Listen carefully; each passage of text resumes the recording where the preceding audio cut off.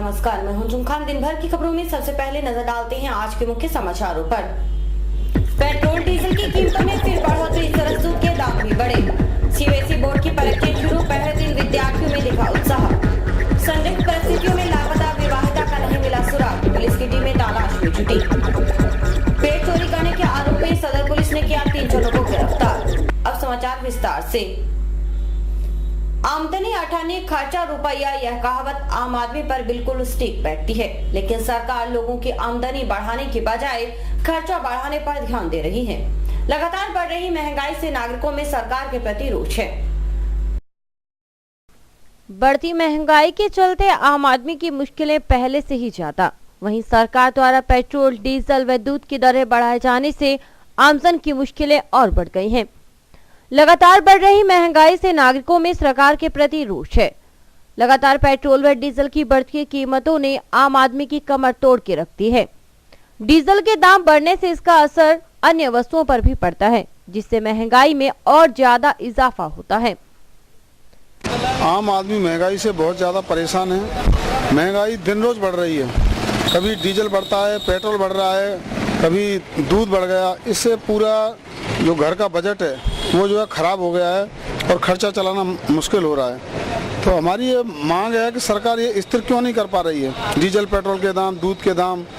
तो ये महंगाई जब तक ये स्थिर नहीं रहेगी तब तक आम आदमी त्रस्त होता रहेगा। बीपीएल परिवार का हूँ और ये महंगाई ज़्यादा है, इससे मैं अपने परिवार को चलाने में असमर्थ हूँ और मेरी तनख्वाह कोई ज़्यादा नहीं है, 100-150 रुपये में कमाता हूँ और इस महंगाई पर कंट्रोल किया जाए।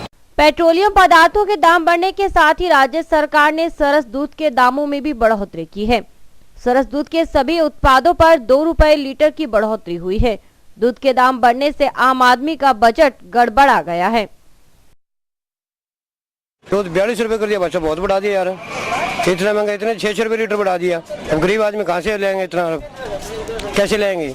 दूध के रेट बढ़ गए हैं। यहाँ पे गोल्ड के 42 रुपए हो गए हैं और जयपुर इसके 44 रुपए कर दिए हैं। ग्राहक आते हैं हमारे से बहसबाजी करते हैं, कभी रेट ज़्यादा है, ये पीछे कंपनी का रेट है, सरकार रेट बढ़ा रही है और ग्राहक हमारे को सोचते हैं कि भी ये रेट बढ़ा रहे हैं। रेट हम नहीं बढ़ा रहे हैं, सरकार रेट बढ़ा रही है। अभी थोड़े टाइम पहले दूध के रेट 36 रुपए थे, 36 रुपए बढ़ते बढ़ते आज 42 रुपए हो गए हैं और पनीर के रेट कोई महीने पहले 43 रुपए थे, जो बढ़ते बढ़ते अब 48 रुपए पहुँच गए हैं। केंद्रीय माध्यमिक शिक्षा बोर्ड की परीक्षाएं आज से शुरू हो गई। 10वीं और 12वीं के विद्यार्थियों में परीक्षा के पहले दिन उत्साह देखा गया। परीक्षा केंद्रों पर निगरानी के लिए उड़न दस्ते तैयार किए गए हैं। सीबीएसई बोर्ड की परीक्षाएं आज शुरू हो गई। परीक्षा केंद्रों पर बच्चों ने नियमानुसार 30 से 40 मिनट पूर्व उपस्थिति दर्ज करवाई। परीक्षा का समय सुबह 10 से दोपहर 1:30 बजे तक का था। जिले में सभी परीक्षा केंद्रों पर परीक्षा को लेकर व्यापक बंदोबस्त किए गए थे। परीक्षा केंद्रों पर नकल व अन्य व्यवस्थाओं के निरीक्षण के लिए विशेष उड़न दस्ते तैयार किए गए हैं।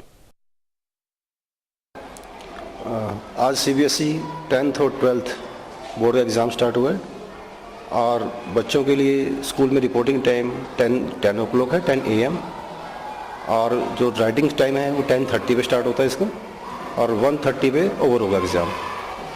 और 10th क्लास के लिए टोटल जो इस सेंटर पर रजिस्टर्ड कैंडिडेट हैं 397 और 12th क्लास के लिए रजिस्टर्ड कैंडिडेट हैं 364। टोटल इस सेंटर पर 761 बच्चे पेपर दे रहे हैं और इस सेंटर पर 1 मार्च से 4 अप्रैल तक एग्ज़ाम चलेंगे। लास्ट पेपर 4 अप्रैल को है। 4 माह पहले घर से लापता हुई विवाहिता का पुलिस अभी तक कोई पता नहीं लगा पाई है। टाउन थाना अंतर्गत गुरुसर निवासी विवाहिता गत वर्ष 12 नवंबर को संदिग्ध परिस्थितियों में अपने घर से लापता हुई थी, लेकिन टाउन पुलिस अभी तक विवाहिता को नहीं खोज पाई है। लापता विवाहिता के पिता इंद्र सिंह मेघवाल ने अपनी पुत्री की गुमशुदगी की रिपोर्ट टाउन थाना में दर्ज करवाई थी, लेकिन 4 माह बीतने पर भी टाउन थाना पुलिस विवाहिता का पता लगाने में नाकाम रही। जिला पुलिस अधीक्षक के निर्देश पर पुलिस ने विवाहिता को बरामद करने के लिए 4 टीमों का गठन किया है।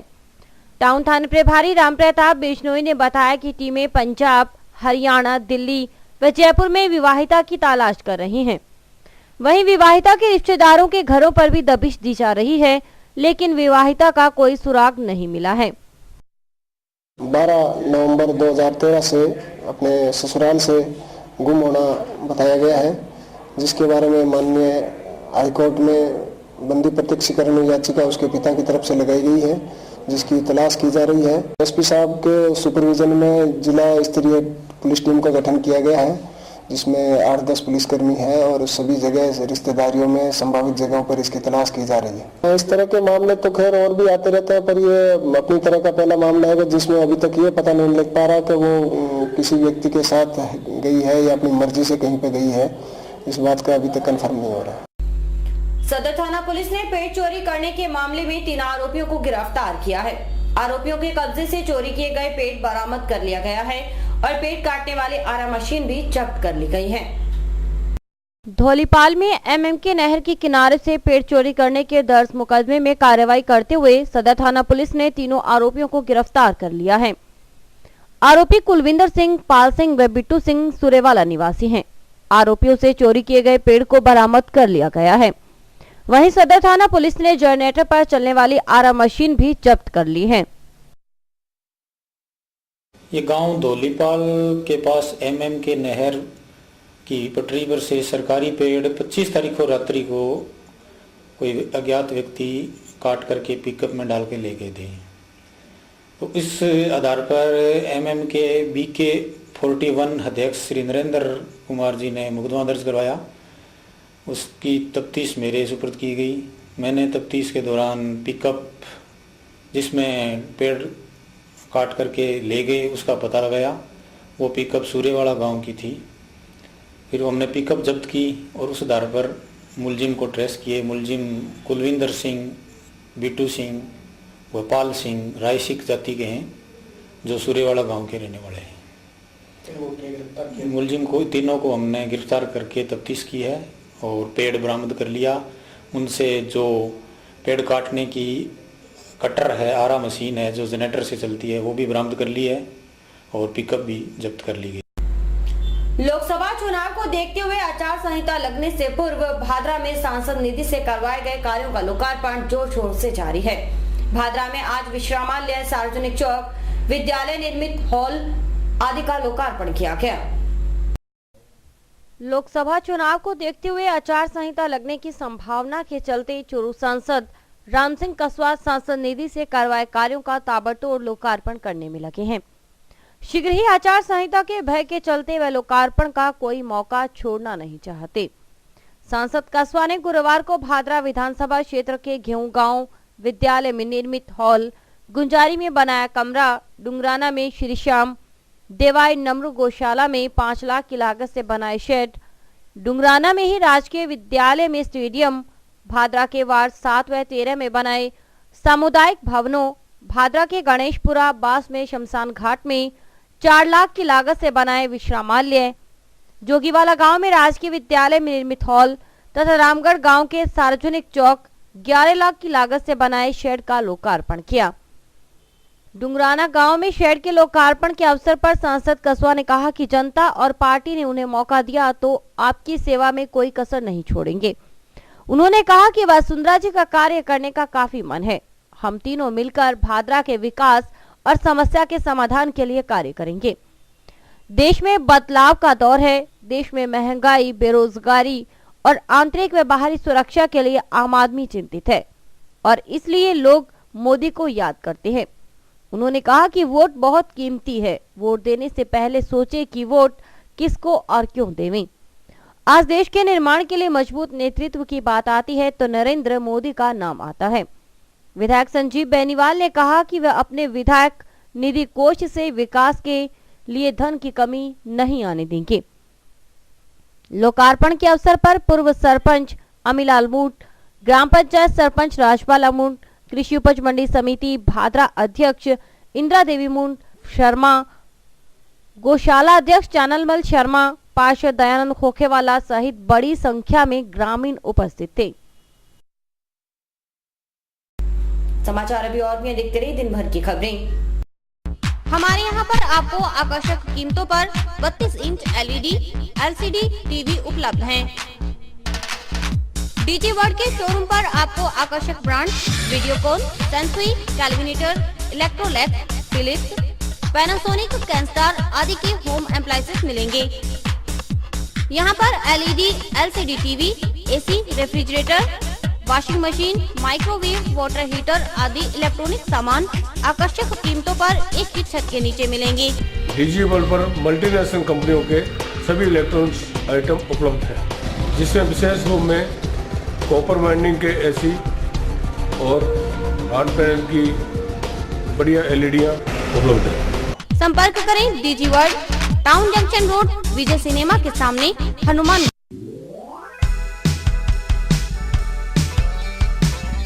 मीत कलेक्शन, एक कंप्लीट जेंट्स वेयर शोरूम।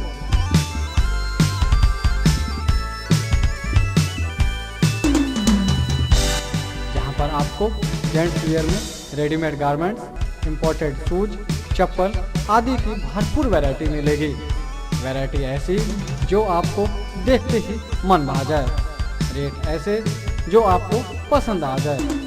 यदि आप कम कीमत में अच्छी वैरायटी खरीदना चाहते हैं तो तुरंत संपर्क करें। हमारा पता है मीत कलेक्शन, खोसा कॉम्प्लेक्स, नज़दीक Shri Ram market, Hanumangarh junction.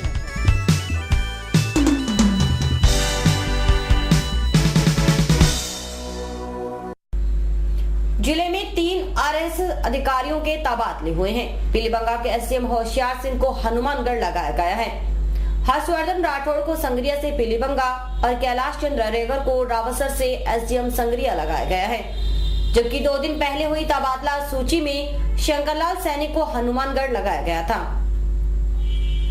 Junction थाना पुलिस ने गांधीनगर में 2 परिवारों के आपसी झगड़े की खबर मिलते ही मौके पर पहुंची और दोनों परिवारों में समझाइश का प्रयास किया। समझाइश में दोनों परिवार नहीं माने, जिससे पुलिस ने 3 आरोपियों को गिरफ्तार कर लिया।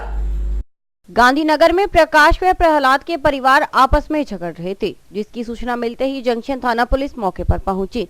जंक्शन थाना प्रभारी ने बताया कि आपसी विवाद को बढ़ते देख समझाइश की गई, लेकिन दोनों परिवारों का विवाद बढ़ता गया। पुलिस ने कार्रवाई करते हुए प्रहलाद, रिंकू और प्रकाश को गिरफ्तार कर लिया। आरोपियों को न्यायालय में पेश किया जाएगा।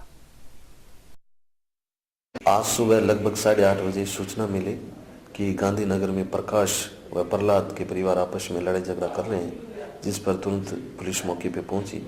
वह करतार सिंह ऐसे ही मौके पर पहुंचे और झगड़ा करने वालों को समझाइश की गई, परंतु उन पे समझाइश का कोई असर नहीं हुआ और एक दूसरे के साथ झगड़ा करने पर उतारू रहे, जिस पर मौके से प्रहलाद, रिंकू व प्रकाश को मौके से 151 CRPC में गिरफ्तार किया गया।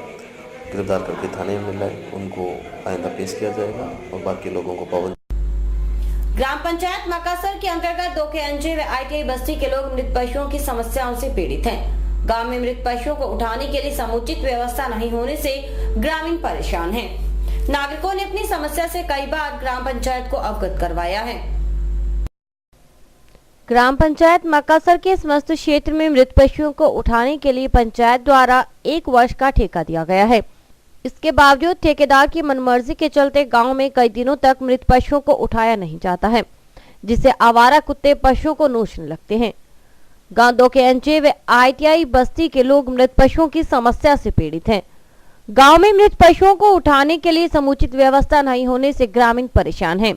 नागरिकों ने अपनी समस्या से कई बार ग्राम पंचायत को अवगत करवाया है, लेकिन अभी तक समस्या का कोई स्थायी समाधान नहीं हुआ है। यहाँ 2 साल हो गए, यहाँ पर एक ठेकेदार के थ्रू, पंचायत के थ्रू ठेका दिया हुआ है मृत पशु उठाने के लिए। 2 सालों से 2 KNJ ITI की मान लो कि समस्या रही है। आवारा पशु जितनी भी जो मर जाते हैं उसको उठाने के लिए 3-4 दिन मशक्कत करनी पड़ती है, उनकी मिन्नतें निकालनी पड़ती हैं। ये जो ठेकेदार जी हमारे पहले तो नेतराम जी थे, उनका भी हाल था। 2013 के अंदर ठेका पता नहीं क्या नाम है, उनके नंबर यहाँ हर एक खंबे पे लिखे हुए मिल जाएंगे आपको। फोन उठाएंगे, अभी आ रहे हैं, हमारी गाड़ी खराब हो गई, ये हो गया, वो हो गया। 3-4 दिन के बाद आएंगे, ये गाय आपके सामने जो पड़ी है, कुत्तों ने नोच नोच के क्या हाल कर दिया। ये आज दूसरा दिन है, अभी 2 दिन और नहीं आएंगे। हमारे ग्रामीणों की यह समस्या है कि जो ठेकेदार है इनका लाइसेंस निरस्त किया जाए। हमारे गांव के अंदर जो पुराने कोटवाल का काम करते थे, काम उनको दिया जाए। जो गाय मरी पड़ी है इसके लिए कई बार सूचित करते हैं कोटवाल को उठाने के लिए, लेकिन बार बार सूचना देने के बावजूद भी नहीं उठाता है। तो इससे भाई साहब ज्यादा समस्या ये आ रही है कि ये जो गाय के टुकड़े करते हैं कुत्ते, ये घरों में भी ले जाते हैं। आसपास के घर वाले जो अपना खाना तक नहीं बना सकते, इतनी ज्यादा भयंकर समस्या हो रही है।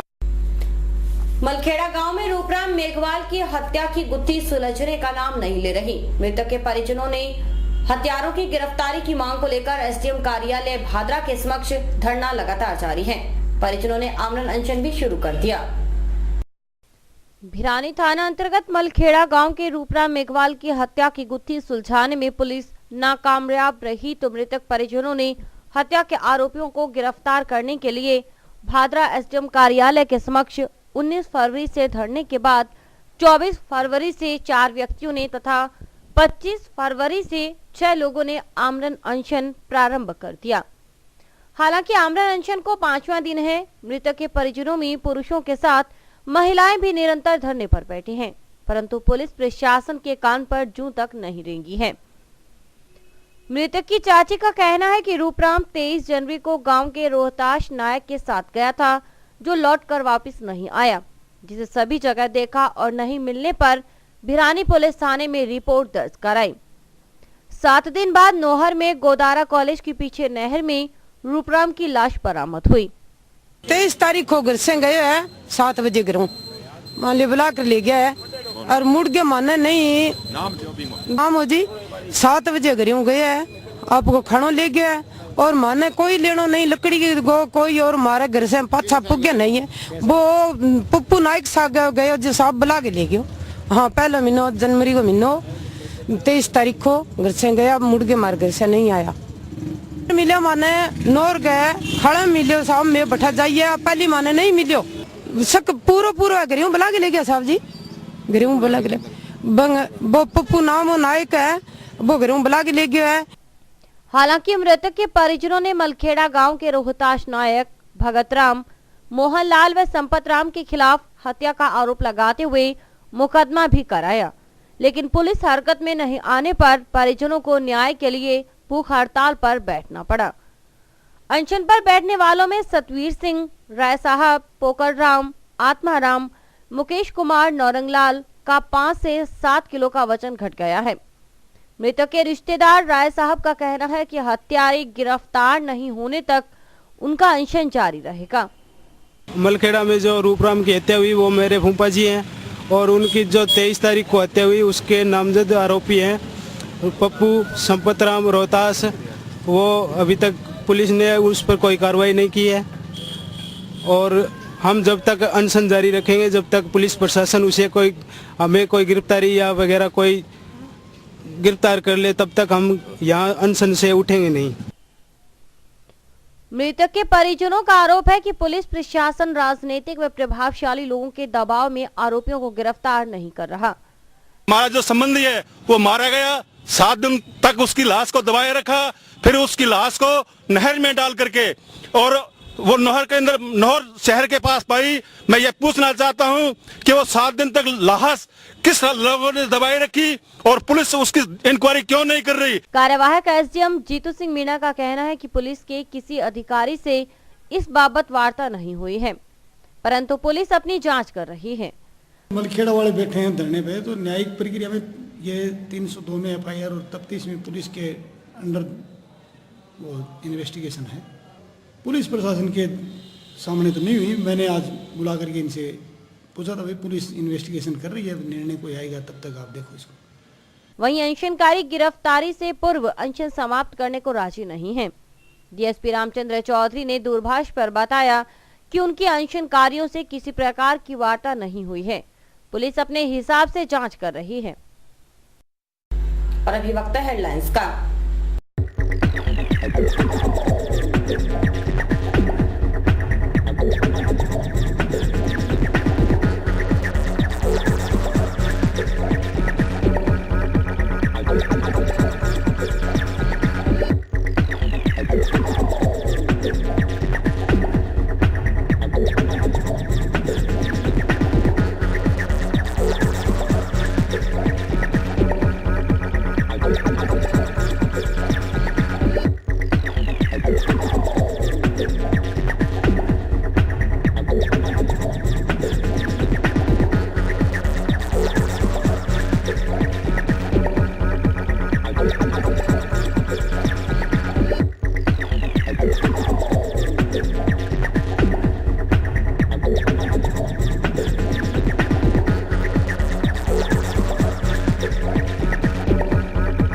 महात्मा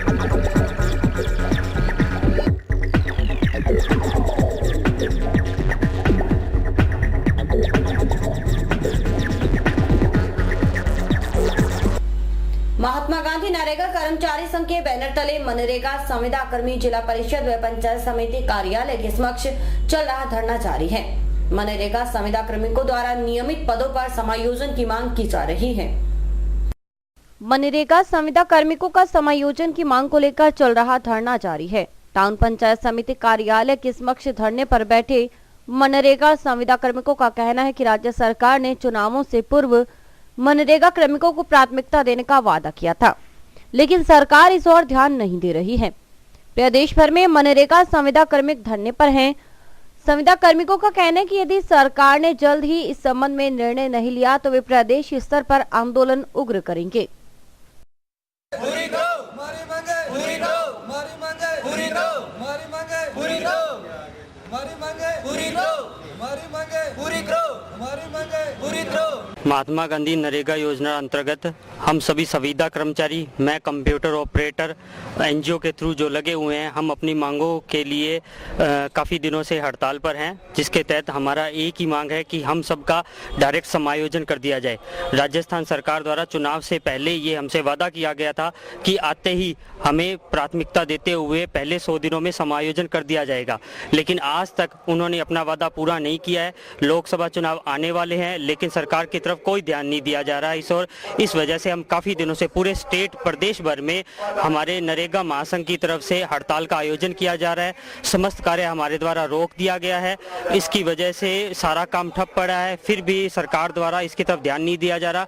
अगर यदि कुछ ही दिनों में हमारा सोल्यूशन नहीं होता है तो हम और उग्र प्रदर्शन करेंगे और हमारी मांगे पहुंचाने के लिए हम प्रदेश स्तर पर भी इसका प्रदर्शन किया जाएगा। मौसम में बदलाव लगातार जारी है। गुरुवार को हुई बारिश के बाद ठंड का असर बढ़ गया। शनिवार की सुबह घने कोहरे के आगोश में हुई, वहीं दोपहर बाद धूप खिलने से राहत महसूस की गई। मौसम में लुका छिपी का खेल लगातार जारी है, कभी घना कोहरा तो कभी धूप। गुरुवार को एकाएक मौसम बदला और तेज अंधड़ के साथ बारिश हुई और ओले भी गिरे, जिससे फसलों का काफी नुकसान हुआ। वहीं बारिश के बाद ठंड का असर और भी बढ़ गया। शनिवार की सुबह घने कोहरे के साथ हुई। कोहरे की चादर ने पूरे शहर को अपने आगोश में ले लिया, जिससे वाहन चालकों को दिन में भी लाइटें जलाकर सफर करना पड़ा। दोपहर बाद धूप खिलने से लोगों ने राहत महसूस की। वहीं मौसम के जानकारों का कहना है कि मौसम में उलटफेर का दौर अभी जारी रहेगा।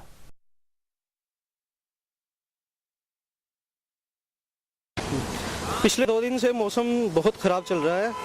कहीं बारिश हो रही है, बहुत तेज़ तूफान आ रहा है, कुछ भी समझ में नहीं आ रहा क्या हो रहा है। 2 दिन से बहुत बुरा हाल हो रखा है मौसम का और इसी वजह से आज सुबह भी काफ़ी धुंध रही, जिससे कि वाहनों को लाइट जगा के चलना पड़ा। जैसे कि परसों बहुत ज़्यादा आंधी तूफान चली, आज सुबह में भी धुंध काफ़ी रहा, लोगों को बहुत परेशानी हुई और लग रहा है इस हिसाब से जो खराबी रहेगा अभी 2-4 दिन। अभी तो फिलहाल धूप है हल्का सा। और इसी के साथ समाचार समाप्त हुए। रोजाना देखते रहिए समाचार। नमस्कार।